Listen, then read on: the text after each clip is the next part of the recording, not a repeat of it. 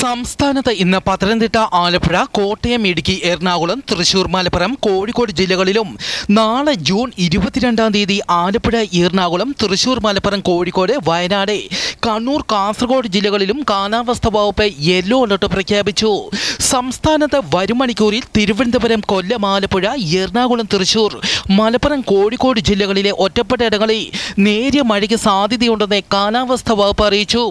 മത്സ്യത്തൊഴിലാളികൾക്ക് ജാഗ്രതാ നിർദ്ദേശം. ഇന്നു മുതൽ ജൂൺ 23-ാം തീയതി വരെ കേരള, ലക്ഷദ്വീപ് തീരങ്ങളിൽ മണിക്കൂറിൽ 60 കിലോമീറ്റർ വരെ വേഗതയിൽ കാറ്റിന് സാധ്യത. മേൽപ്പറഞ്ഞ സ്ഥലങ്ങളിൽ മത്സ്യത്തൊഴിലാളികൾ മത്സ്യബന്ധനത്തിന് പോകരുതെന്നറിയിച്ചു.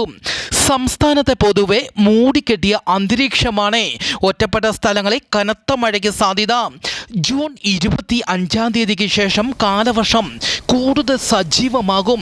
25-ാം തീയതിയോടെ ബംഗാൾ ഉൾക്കടലിൽ ഒറീസ, ആന്ധ്ര തീരത്തിന് സമീപം ന്യൂനമർദ്ദം രൂപപ്പെടും.